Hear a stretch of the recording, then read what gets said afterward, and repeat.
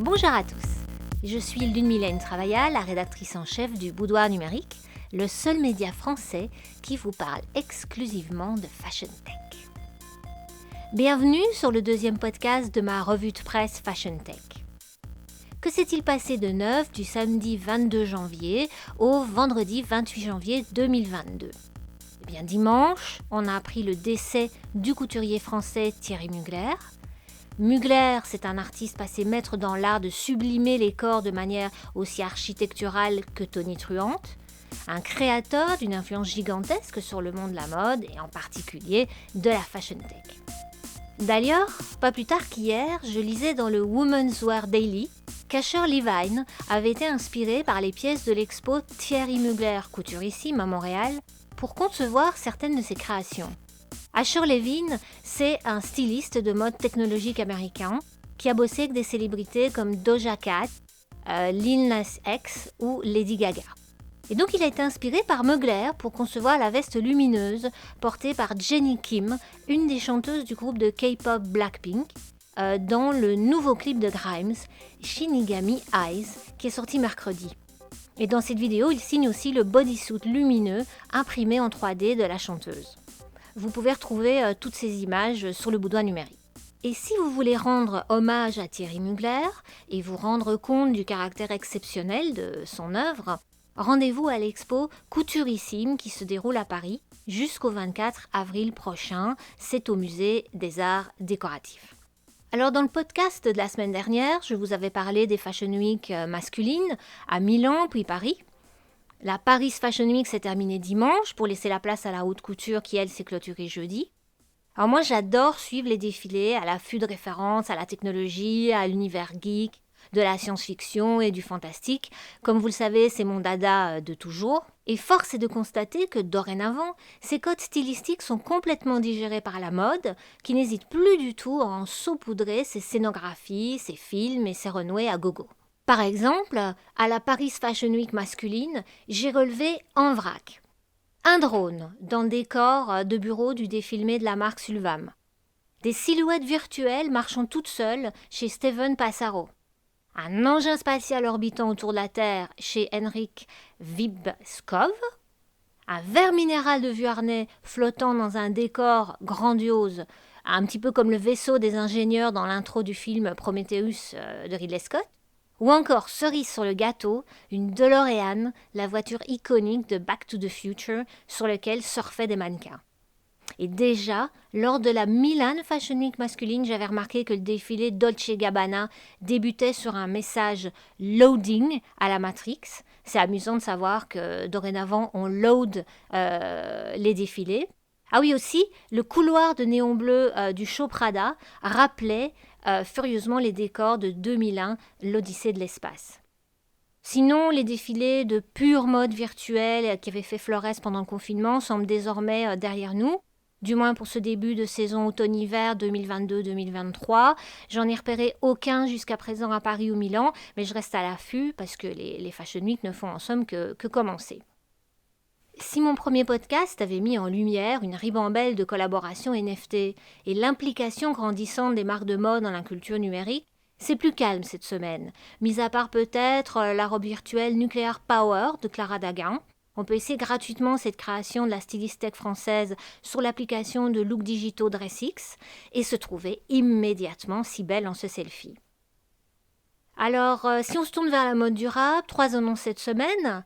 Samedi, Ralph Lauren a dévoilé un polo. C'est le polo Ralph Lauren X Clarus. C'est le fruit de sa collaboration avec la start-up américaine de textile innovant Natural Fiber Welding. Quand on lit le communiqué de la marque américaine, on apprend que les fibres Clarus sont développées grâce à une plateforme brevetée innovante qui transforme le coton vierge et recyclé. On apprend aussi que la matière obtenue présente des qualités similaires à celles des tissus synthétiques à base de plastique comme le polyester et le nylon. Donc l'idée ici, c'est de créer des vêtements en coton qui aient les mêmes performances techniques que le synthétique. Et pourquoi ? Pour remplacer les matériaux en plastique dont on sait qu'ils sont polluants pour l'environnement puisque dérivés de l'industrie pétrochimique. Un peu de patience, si vous souhaitez acheter ce polo, il sera disponible en février. Lundi, et ça c'est une nouvelle liée à l'upcycling, la marque de montres Zenith a annoncé sa collaboration avec Nona Source. Nona Source, c'est la plateforme de revente des surplus textiles des maisons du groupe de luxe LVMH. Ce sont les tissus qui restent sur les étagères des marques, des tissus qui ne sont pas utilisés. Eh bien là, ce ne sera plus le cas, car on pourra retrouver ces tissus excédentaires dans les bracelets de la collection Defy Midnight de Zenith. Ça permet de faire vivre ces matériaux dormants dans une optique plus éco-responsable. Et hier, j'ai reçu un communiqué de presse de Repetto qui a décidé de revisiter sa célèbre ballerine Cendrillon dans une démarche d'éco-conception. Cette ballerine, baptisée Lily, est composée de coton, de caoutchouc et d'écorzerie de Camargue. Le communiqué explique la volonté de cette marque française de revaloriser des déchets issus de l'industrie agroalimentaire et de participer ainsi à réduire l'extraction des ressources. Repetto communique aussi sur le fait que cette ballerine est végane, parce qu'elle est constituée de matière synthétique. Elle ne comporte donc pas de matière issue de l'exploitation des animaux comme le cuir par exemple. Cette ballerine, on pourra se l'offrir en février. Ce qui m'apporte une transition toute naturelle vers la mode cruelty-free. Mardi, Moncler a annoncé renoncer à la fourrure d'origine animale. La dernière collection de la marque française qui comportera encore de la fourrure sera celle de la saison automne-hiver 2023. À ce propos, j'ai fait tout récemment l'interview sur le boudoir numérique d'Anissa Putois, qui est la représentante de l'association de protection des animaux PETA France. L'idée, c'était de se dire que pour passer à des modes de consommation de la mode plus éthiques et plus respectueux de l'environnement, et des êtres sensibles, qu'ils soient humains et non humains, c'est important de se renseigner sur ces matières issues de l'exploitation des animaux. Je vous invite à consulter l'interview d'Anissa Putois sur le boudoir numérique. Elle est divisée en 3 parties, la laine, le cuir et la fourrure. N'hésitez pas non plus à consulter le dossier spécial sur l'innovation vegan et cruelty-free du boudoir numérique. Il concerne la beauté et la mode. Et d'ailleurs, la prochaine interview que j'y publierai sera celle d'Achille Gazagne, le cofondateur de la nouvelle marque française de basket vegan et plus durable Moea, qui utilise pas moins de 5 haltères-cuir innovants à base de pommes, de maïs, de raisins, d'ananas et de cactus. Terminons enfin par une info pratique à destination des startups. Les candidatures au LVMH Innovation Award sont ouvertes depuis mardi, donc c'est vraiment tout neuf. On peut s'inscrire jusqu'au 4 mars prochain. Détail intéressant, d'après le communiqué de presse du site d'LVMH, une attention particulière sera portée aux solutions dans la fashion tech, la beauty tech ou la jewelry tech. C'est dire si le boudoir numérique va suivre ce dossier de près. Ça se passera lors du salon des startups et de la tech Vivatech, que je couvrirai en juin prochain à Paris.